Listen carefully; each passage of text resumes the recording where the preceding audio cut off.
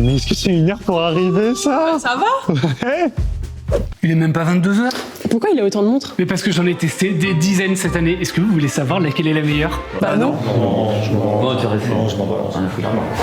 Tu sais, je pense qu'aujourd'hui, en 2025, il n'y a plus vraiment de bonne ou de mauvaise montre connectée. Le premier critère sur lequel tu vas devoir te baser, évidemment, ça va être le prix. Parce que si tu n'as pas un budget en tête, logiquement, tu vas pouvoir comparer des montres à 100 €, des montres à 1000 €. Et là, absolument rien n'a de sens.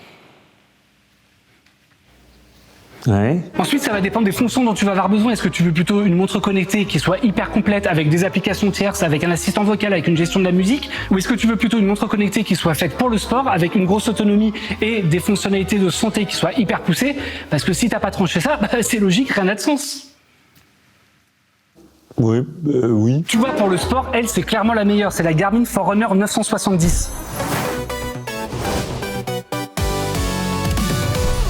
Déjà, au niveau du suivi d'activité, c'est du béton, que ça soit pour le cardio ou le GPS. Franchement, ça fonctionne hyper bien. Ensuite, on va avoir d'autres fonctionnalités pour le sport. Par exemple, les profils d'activité. On va aussi avoir, évidemment, les scores de récupération, de sommeil, plein d'analyses. Un score de body énergie, donc ton score de batterie corporelle. Ça, c'est franchement hyper sympa.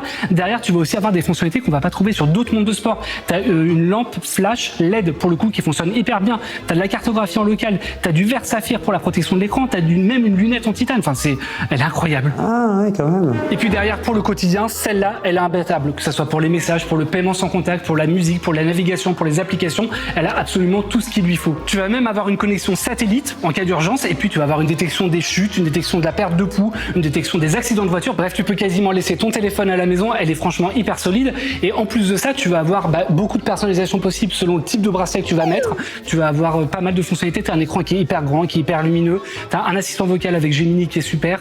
Bref, moi, c'est une de mes montres préférées de cette année. Elle est hyper confortable à utiliser au quotidien. Tu me suis toujours? Mais en soi, je t'ai rien demandé, Geoffroy.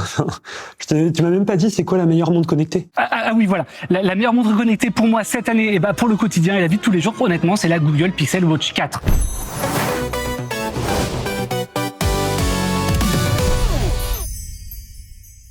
C'est nul!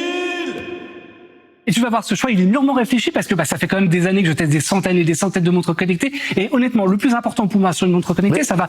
Ils sont passés où les autres? Ils viennent de monter. Hein?